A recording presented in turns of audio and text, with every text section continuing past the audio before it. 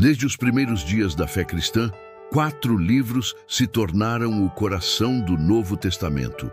4 vozes, 4 olhares, 4 testemunhos, mas um só propósito: revelar Jesus Cristo. Eles não se contradizem, eles se completam. São como 4 rios que fluem de uma mesma fonte, levando a mesma água da vida, mas por caminhos diferentes. Os evangelhos são mais do que biografias, são testemunhos espirituais. Cada palavra, cada relato, cada milagre descrito tem um propósito: conduzir o leitor a crer que Jesus é o Filho de Deus e, crendo, ter vida em seu nome. Neste documentário, vamos mergulhar profundamente nesses 4 livros santos. Vamos entender por que Deus quis 4 relatos, e não apenas um. E no final, veremos como esses 4 evangelhos, quando se unem, formam o retrato completo de Jesus: o Rei, o Servo, o Homem e o Deus Eterno. Olá, pessoal! Sejam muito bem-vindos ao nosso canal. Hoje, vamos embarcar numa jornada incrível, abrindo um dos livros mais impactantes da Bíblia, o Evangelho de Mateus.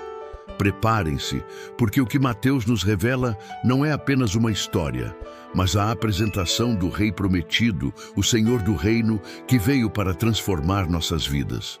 O Evangelho de Mateus é como um portão dourado, majestoso e convidativo, que nos abre as portas para o Novo Testamento. Ele não está ali por acaso. Ele nos conduz diretamente ao coração do Reino de Deus, um tema que permeia cada página deste livro. É fascinante pensar que, dentre tantos escritos antigos, este foi o escolhido para inaugurar a nova aliança. Mas quem era Mateus? Antes de ser o autor deste evangelho transformador, ele era conhecido como Levi. E qual era sua profissão? Cobrador de impostos. Pensem comigo. Na época, cobradores de impostos eram figuras desprezadas, vistos como traidores de seu próprio povo, pois trabalhavam para o Império Romano. Eles eram sinônimo de corrupção, de exploração. Ninguém os queria por perto, ninguém os respeitava. No entanto, foi exatamente esse homem com essa reputação que Jesus escolheu. Isso já nos diz muito sobre o reino que ele veio estabelecer, não é mesmo? Não se trata de status social, mas de um coração aberto à transformação. Mateus foi um homem transformado pelo chamado inconfundível de Cristo. Imaginem a cena. Jesus passa, olha para Levi, o cobrador de impostos sentado em sua coletoria, e simplesmente diz: "Segue-me." E sem hesitar, Mateus se levantou e o seguiu. Essa decisão mudou não só a vida dele, mas também moldou a maneira como nós, séculos depois, compreendemos a mensagem de Jesus. Mateus escreve seu evangelho com um propósito muito claro e um público-alvo específico em mente: os judeus. Ele queria, acima de tudo, mostrar que Jesus de Nazaré é o Messias prometido, o cumprimento cabal de todas as profecias do Antigo Testamento. Para a mentalidade judaica da época, o Messias era uma figura central, o libertador, o rei que restauraria Israel à sua glória. E Mateus se empenha, com uma precisão cirúrgica, em provar que Jesus se encaixa perfeitamente nesse perfil divino. Desde as primeiríssimas palavras, Mateus já aponta para a realeza inquestionável de Cristo. Ele não começa com histórias de milagres ou ensinamentos profundos. Não, ele começa com algo que era de suma importância para os judeus: uma genealogia. Ele traça a linhagem de Jesus, conectando-o diretamente a Abraão e, de forma crucial, ao rei Davi. Para o povo judeu, ser descendente de Davi era um pré-requisito essencial para o Messias. Ao fazer essa conexão, Mateus não apenas afirma a autenticidade de Jesus, mas também declara em alto e bom som: este é o rei que Israel tanto esperava. Este é o herdeiro legítimo do trono de Davi. E não para por aí. Ao longo de todo o Evangelho, Mateus tem um hábito peculiar, mas extremamente eficaz. Ele cita constantemente as Escrituras do Antigo Testamento. É como se ele estivesse sempre lembrando seus leitores. Isso aconteceu para que se cumprisse o que fora dito pelo profeta. Ele usa frases como "para que se cumprisse a palavra do Senhor dita pelo profeta", de forma recorrente. Por que ele faz isso? Porque Mateus quer que ninguém, absolutamente ninguém, tenha qualquer dúvida. Ele quer que seus leitores compreendam que cada evento na vida de Jesus, desde seu nascimento até sua morte e ressurreição, não foi um acidente, mas o desenrolar perfeito do plano divino, predito séculos antes. Tudo o que os profetas anunciaram, cada detalhe, cada promessa, se cumpriu de forma impecável em Jesus. Ele é a prova viva da fidelidade de Deus às suas promessas. Em Mateus, Jesus é apresentado de uma forma única, como o rei que traz um reino diferente. E aqui reside uma das maiores revoluções da mensagem cristã. A maioria esperava um rei que liderasse um exército, que derrubasse Roma, que restaurasse um império político. Mas Jesus vem e fala de um reino completamente distinto. Não é um império de fronteiras terrestres, de espadas e cavalaria, mas um reino espiritual, um reino de justiça, de paz profunda e de verdade inabalável. É um reino que começa nos corações das pessoas e se expande a partir daí. O ponto alto dessa revelação do reino em Mateus é, sem dúvida, o Sermão da Montanha, encontrado nos capítulos 5, 6 e 7. É ali que Jesus, o Rei, revela as leis desse reino. E elas são radicalmente diferentes das leis humanas. Ele não fala de poder militar ou riqueza material, mas de um estilo de vida que contraria todas as expectativas mundanas. Bem-aventurados os pobres de espírito, porque deles é o reino dos céus. Que declaração poderosa! Aqui, Mateus nos mostra um rei que governa não territórios ou exércitos, mas os corações e as atitudes das pessoas. As bem-aventuranças nos convidam a uma inversão total de valores. Os mansos, os pacificadores, os que choram, os que têm fome e sede de justiça são os verdadeiramente abençoados neste reino. Mas esse reino, embora espiritual, não é passivo. Ele exige de nós uma resposta ativa. Ele exige conversão, uma mudança radical de mente e coração. Ele exige fé, a confiança inabalável em Jesus como nosso Rei e Salvador. E ele exige obediência, viver de acordo com os princípios que ele nos ensinou, amando a Deus acima de tudo e ao nosso próximo como a nós mesmos. Não é um reino para espectadores, mas para participantes ativos. Por isso, o Evangelho de Mateus não poderia terminar de forma mais impactante e com uma ordem mais clara. Ele conclui com uma ordem real, uma missão para todos os seus seguidores, a grande comissão. No capítulo 28, Jesus diz: "Ide, fazei discípulos de todas as nações, batizando-os em nome do Pai e do Filho e do Espírito Santo, ensinando-os a guardar todas as coisas que vos tenho ordenado." Que final glorioso! O rei que nasceu em Belém, humildemente em uma manjedoura, agora, após sua ressurreição e antes de sua ascensão, declara sua soberania universal. Ele não é apenas o rei de Israel, mas o Senhor do mundo inteiro. Sua autoridade é total, e sua missão se estende a todos os povos, culturas e línguas. Mateus começa seu evangelho com o nascimento de um rei, a chegada de Jesus como o Messias prometido, e ele termina com a ascensão de um Senhor eterno, cujo reino não tem fim, cuja autoridade é completa e cuja missão abrange toda a humanidade. Seu evangelho é, em sua essência, o livro do reino de Deus. É o registro irrefutável do cumprimento das promessas divinas, da autoridade suprema de Cristo sobre o céu e a terra, e da inquebrável fidelidade de Deus ao seu povo. Ao lermos Mateus, somos convidados a refletir sobre qual é a nossa resposta a este rei. Estamos dispostos a viver sob as leis do seu reino? Estamos prontos para cumprir a grande comissão e levar essa mensagem transformadora a outros? O Evangelho de Mateus nos chama não apenas a crer em Jesus, mas a segui-lo como nosso Rei, a submeter nossas vidas ao seu senhorio e a participar ativamente da expansão do seu reino aqui na terra. Que essa breve exploração do Evangelho de Mateus inspire você a mergulhar ainda mais fundo nesta palavra viva e poderosa. Que a compreensão do reino de Deus e da realeza de Jesus transforme a sua perspectiva e o seu caminho. Muito obrigado por assistir e por se juntar a nós nesta jornada. Se você gostou deste vídeo e quer continuar aprendendo sobre a Bíblia, por favor, deixe seu like. Inscreva-se no canal e ative o sininho para não perder os próximos conteúdos.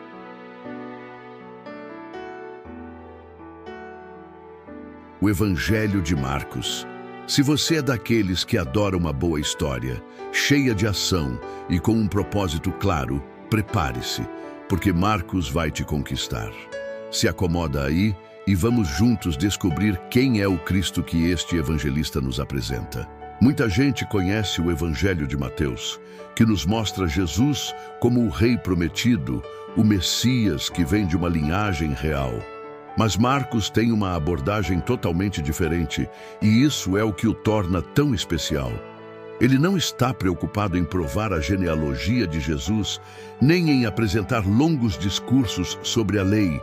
Marcos quer que a gente veja Jesus como o servo incansável de Deus, que está sempre em movimento, sempre agindo, sempre servindo.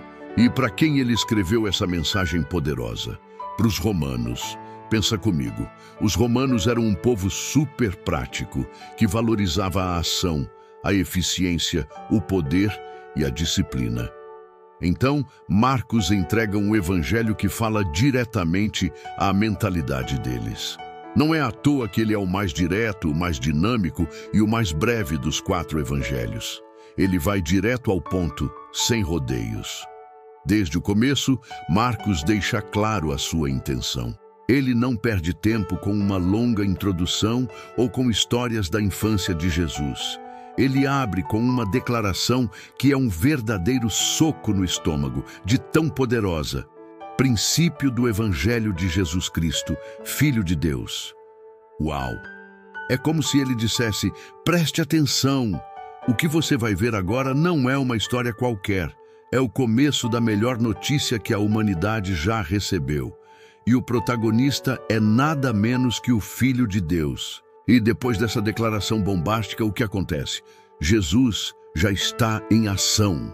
Sem demora, ele começa a curar os enfermos, a libertar as pessoas de opressões, a pregar a palavra de Deus. Em Marcos, não tem tempo para enrolação. A urgência é a marca registrada.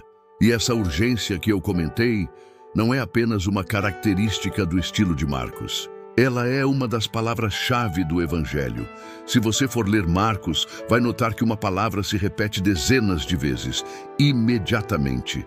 Tudo acontece imediatamente.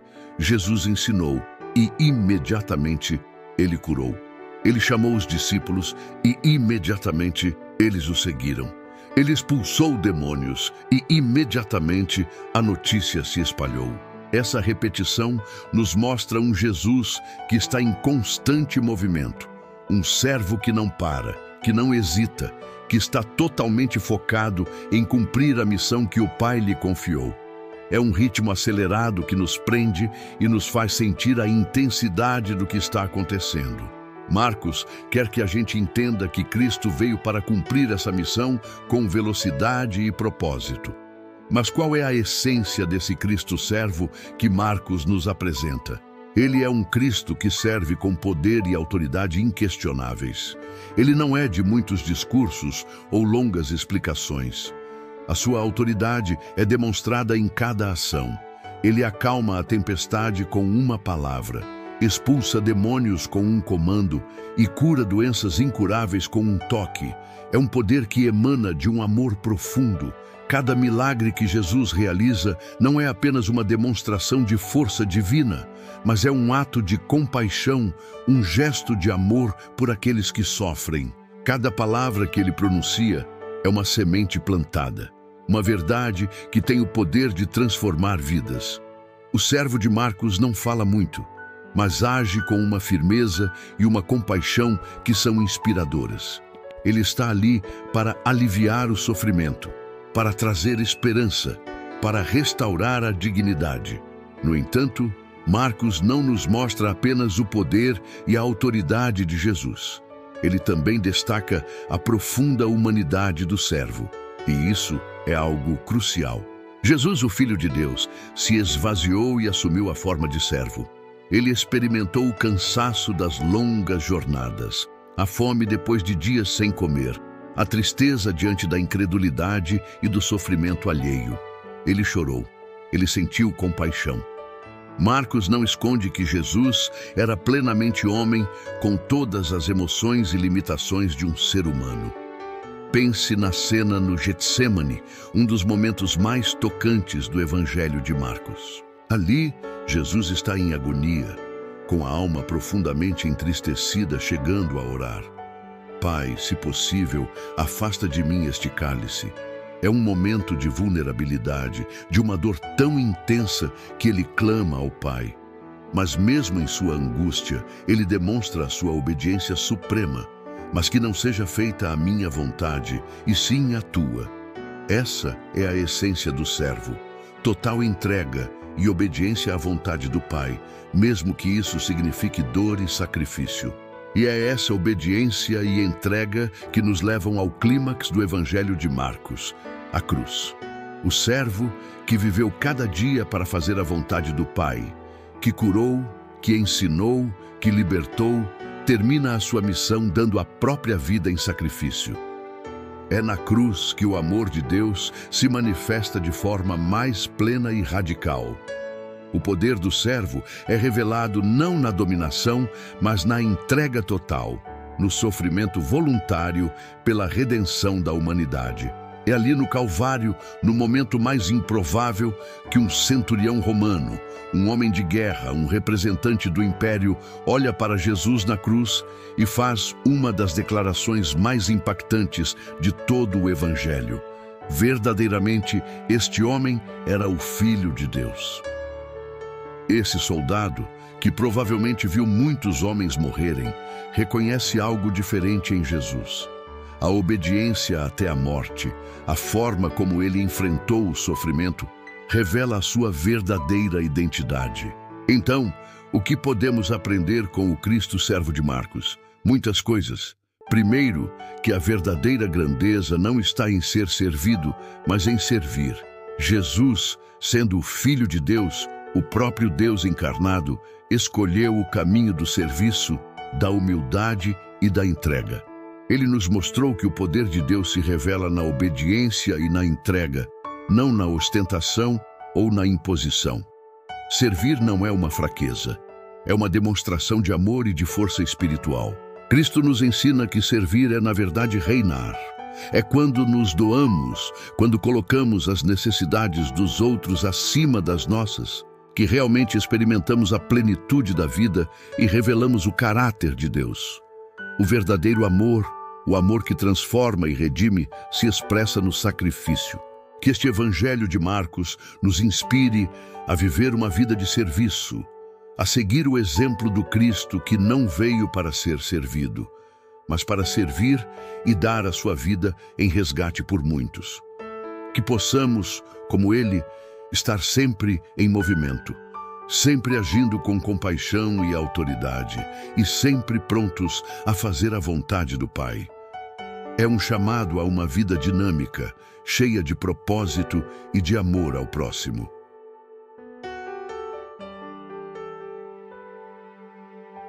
O Evangelho de Lucas. Preparem-se para conhecer um pouco mais sobre esse homem incrível e a mensagem atemporal que ele nos deixou. Sabe, Lucas não era apenas um historiador ou um escritor. Ele era médico, um homem de ciência, mas com um coração incrivelmente sensível. Ele andou lado a lado com Paulo, o apóstolo, e essa experiência, sem dúvida, moldou seu olhar.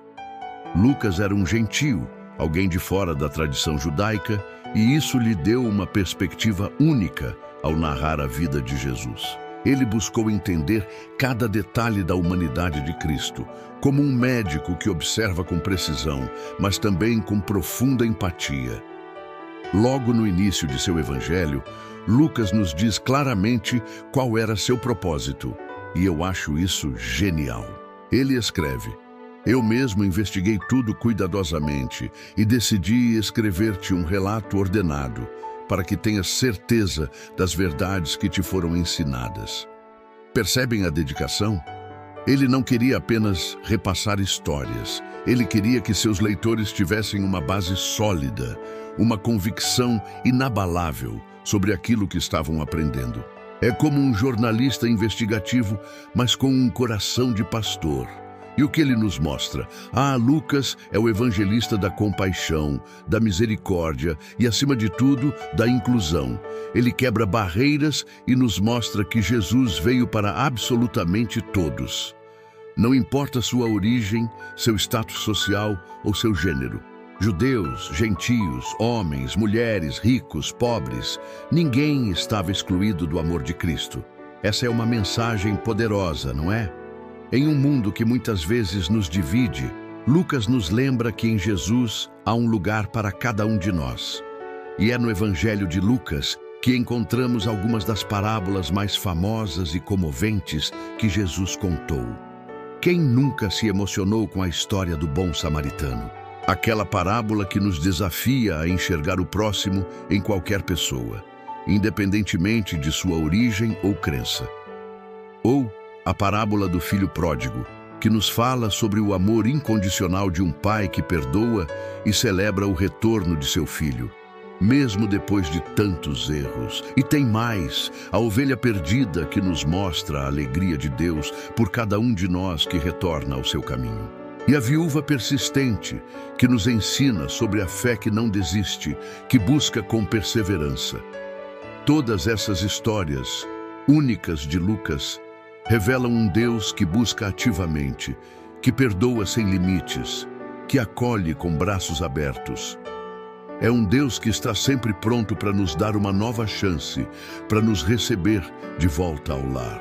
Lucas também é o evangelho que mais enfatiza a oração. Ele nos mostra Jesus orando em momentos cruciais de sua vida, ensinando-nos a importância de uma comunicação constante com o Pai. E o Espírito Santo. A presença e a ação do Espírito são constantemente destacadas, impulsionando a missão de Jesus e capacitando seus seguidores. E a alegria, como Lucas fala de alegria, é o Evangelho que mais registra cânticos e louvores, desde o lindo cântico de Maria, o Magnificat, até o hino dos anjos, na noite em que Jesus nasceu em Belém. É uma explosão de júbilo e gratidão. Ele nos apresenta um Cristo que se emociona profundamente, um Cristo que não hesita em tocar os marginalizados, os que a sociedade havia descartado. Ele se senta à mesa com os pecadores, não para condená-los, mas para lhes oferecer salvação e esperança.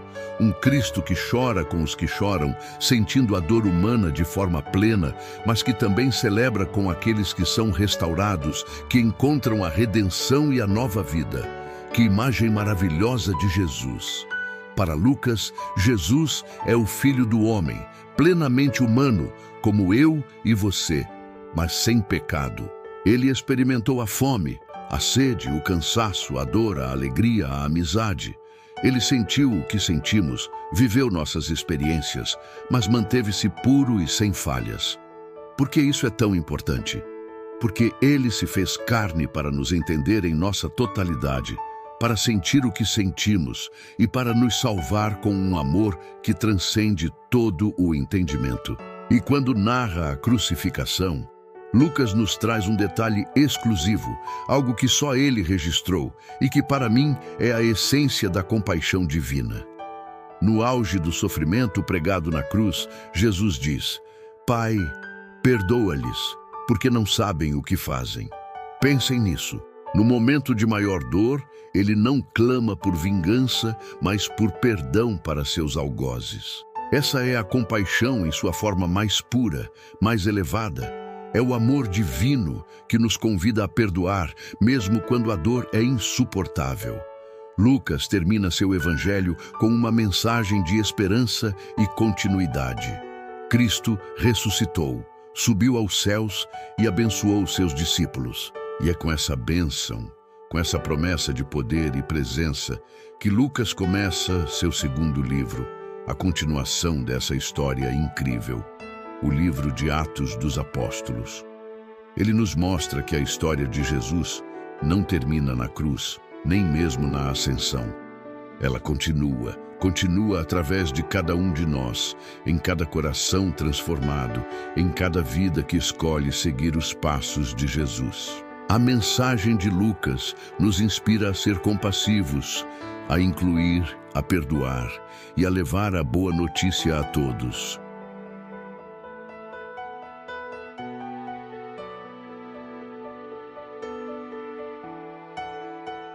O Evangelho de João. Preparem-se, porque o que João nos oferece é uma perspectiva única que se destaca de todos os outros. Enquanto Mateus, Marcos e Lucas, os chamados evangelhos sinópticos, nos dão uma visão mais panorâmica da vida e obra de Jesus, seguindo uma estrutura parecida, João decide ir mais fundo. Ele nos convida para uma jornada mais espiritual, mais íntima, mais celestial. É como se os outros fossem fotografias e João fosse um raio-x, revelando a essência mais profunda. João não começa com a genealogia humana de Cristo, como Mateus, nem com o ministério de João Batista, como Marcos. Ele nos leva diretamente para a eternidade. Logo no primeiro versículo, ele nos choca com esta afirmação monumental. No princípio era o Verbo, e o Verbo estava com Deus, e o Verbo era Deus. Percebem a magnitude? Aqui, o Filho de Deus não é apenas um homem nascido na terra. Ele é apresentado como o próprio Criador, a palavra eterna, coexistindo com Deus desde antes do tempo. É uma declaração de divindade que ecoa por todo o livro. E o que acontece com essa palavra eterna? E o Verbo se fez carne e habitou entre nós. Esse é o mistério central da fé cristã. Deus se tornou humano.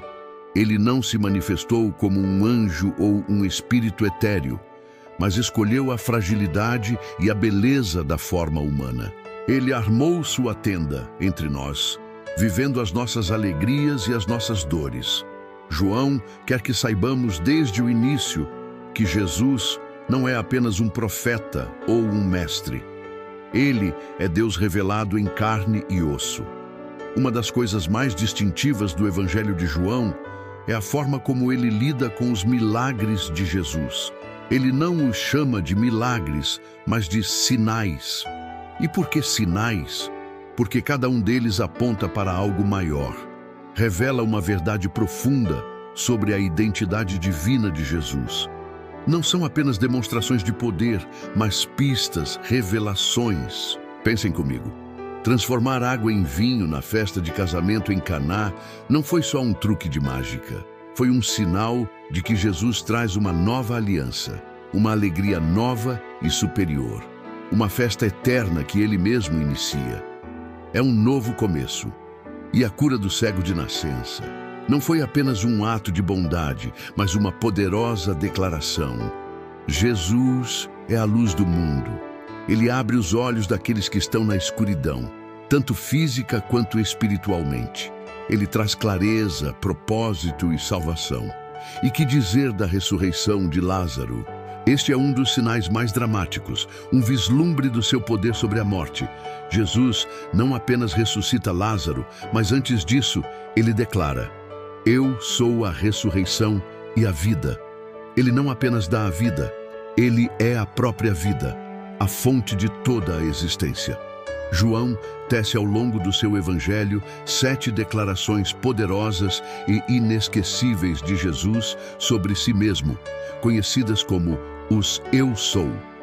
Essas declarações não são meras frases, são janelas para a divindade de Cristo, cada uma revelando uma faceta essencial de quem Ele é e o que Ele oferece. Ele declara: "Eu sou o pão da vida." Isso significa que Ele é a verdadeira nutrição para a alma, a substância que satisfaz a nossa fome espiritual mais profunda, nos dando vida eterna e plena. Não é uma refeição passageira, mas o alimento que sustenta para sempre. Depois ele diz: "Eu sou a luz do mundo." No mundo muitas vezes confuso e sombrio em que vivemos, Jesus se apresenta como a guia, a verdade que ilumina nosso caminho, dissipando as trevas da ignorância, do medo e do pecado. Com Ele, não andamos na escuridão. Ele continua: "Eu sou a porta das ovelhas." Isso nos diz que Ele é o único acesso ao Pai, a única entrada para a salvação e para a segurança da verdadeira comunidade de fé. Não há outro caminho para o aprisco de Deus. E em seguida, "Eu sou o bom pastor." Que imagem reconfortante! Ele é o guia amoroso que conhece cada uma de suas ovelhas, que cuida delas, as protege dos perigos e, mais importante, dá a sua vida por elas. Ele se importa profundamente com o seu rebanho, como vimos com Lázaro. Ele afirma: "Eu sou a ressurreição e a vida." Essa declaração é a esperança suprema, prometendo vitória sobre a morte e a garantia de vida eterna para todos que creem nele. Ele não apenas ressuscita os mortos, ele é a própria fonte da vida. E uma das mais conhecidas: "Eu sou o caminho, a verdade e a vida." Essa é uma afirmação exclusiva e abrangente. Jesus não é apenas um caminho, Ele é o caminho. Ele não aponta para a verdade, Ele é a verdade. Ele não oferece vida, Ele é a vida. Nele encontramos direção, realidade e existência plena. Finalmente, Ele diz: "Eu sou a videira verdadeira."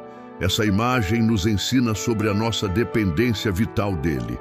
Assim como o ramo não pode dar fruto por si mesmo, nós não podemos produzir vida espiritual sem estarmos conectados a Ele. Ele é a fonte da nossa força e fecundidade. Cada uma dessas declarações é uma revelação progressiva da divindade de Cristo.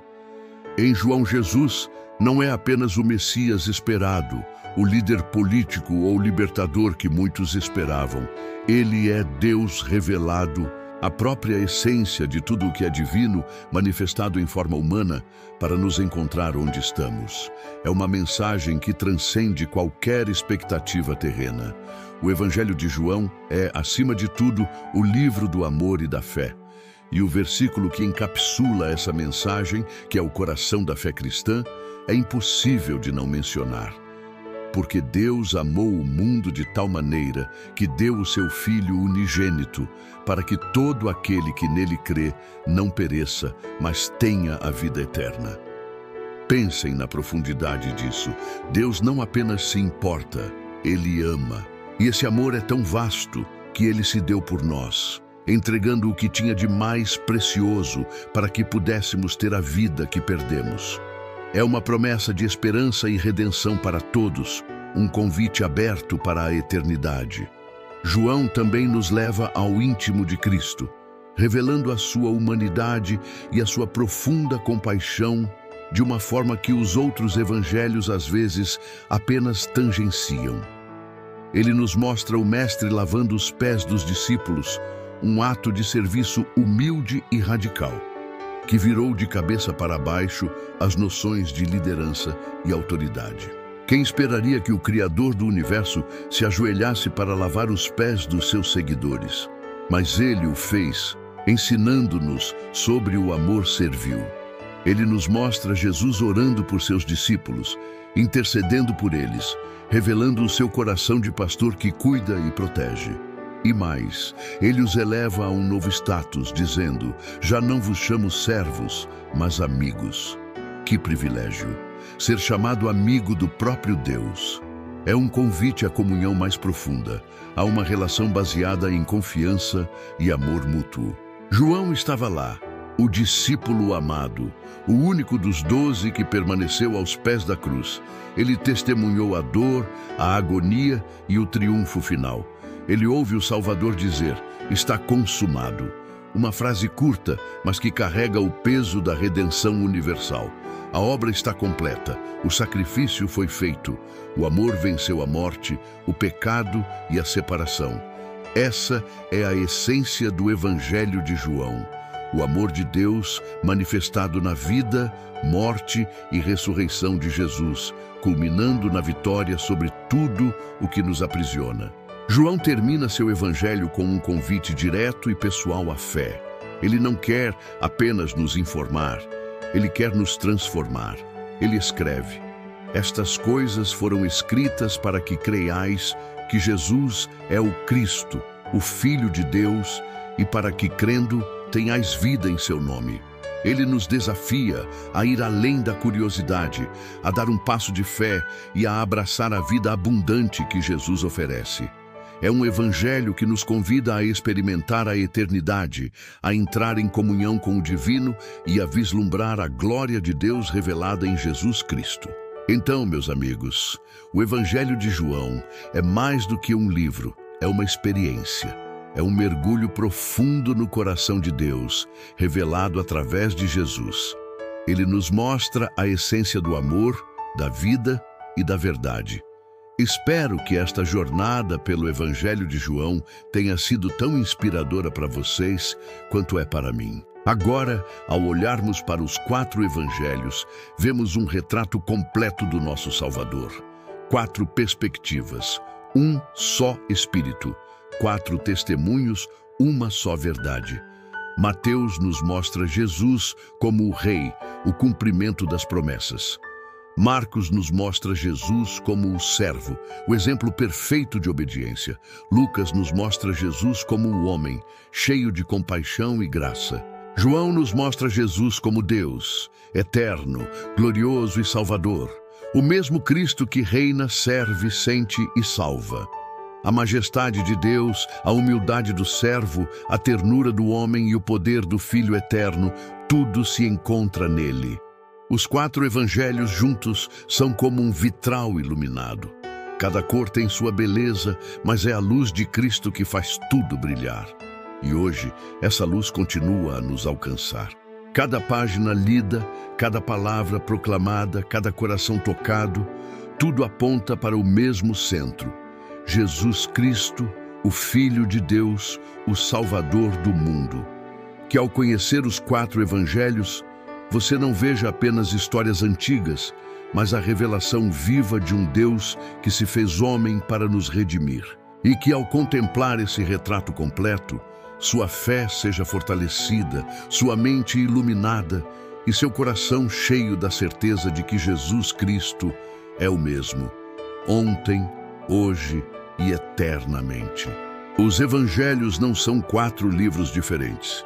São 4 janelas que se abrem para a mesma verdade, que o Deus eterno entrou na história e continua transformando vidas até hoje.